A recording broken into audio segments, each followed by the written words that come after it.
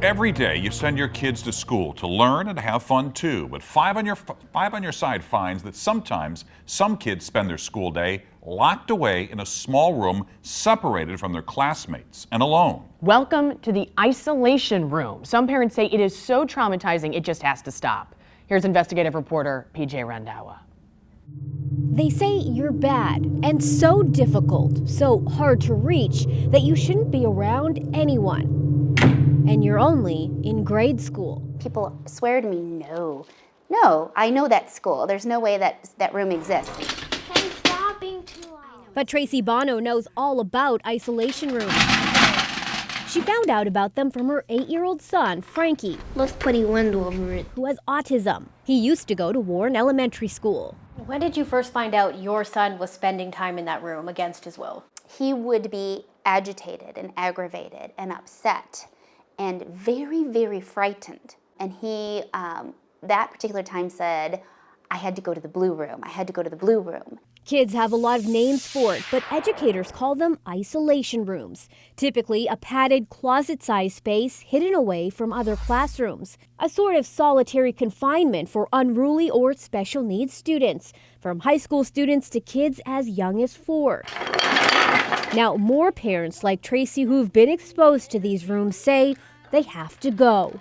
Tracy says the last time Frankie was in one in his elementary school, a teacher held a gym mat over the doorframe so he couldn't see anything. The result, she says, was trauma. And then the teacher got really quiet and she said, well, it actually got really bad at one point. He was crying for anybody. So I lowered the mat and I reached my hand in and he held my hand for a little bit. And I think that made him feel better. He was terrified to go to school.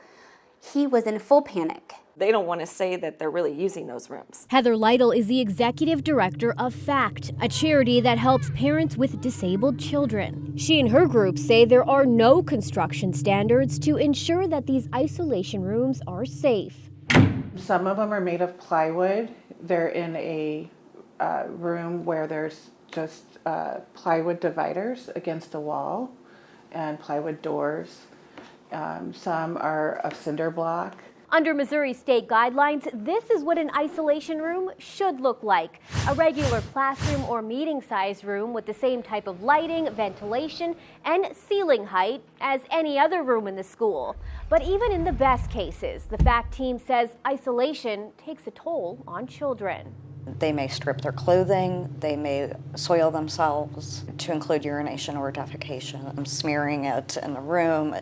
Those are all desperate measures for a child to get out. After hearing Tracy's story, we asked the Francis Howell School District to show us their isolation room at Warren Elementary. We're also going to have a plexiglass in all the windows. Those were replaced after an incident a few years ago. Dr. Will Vanderpool took us inside the room Tracy says her son was kept in. The rooms are going to have ventilation, they're going to have lighting, they're all going to be padded. Dr. Vanderpool says every school in the district has a room just like this. Are you putting children in these rooms as a form of punishment? Absolutely not. We would never use this as a form of punishment. The only time that this room would be used would be to make sure that the child, the staff, and the other students are safe. And if they don't follow policy, don't count on any government agency to hold the district accountable. Dr. Vanderpool says Francis Howell doesn't share data about isolation room use with the state or federal government, and they're not required to. Do you think that's problematic? I mean, you're telling me that you're following all the guidelines, but there's no way of actually verifying that. Correct. Yes, I think I do. I think that it would be healthy in our system to have checks and balances. Can you see how being locked in a room like this could cause trauma to a student? The students, even the little ones, they're kicking, they're biting. So that event by itself is traumatic for everyone involved. We've had staff with broken arms, we've had staff with broken jaws, concussions.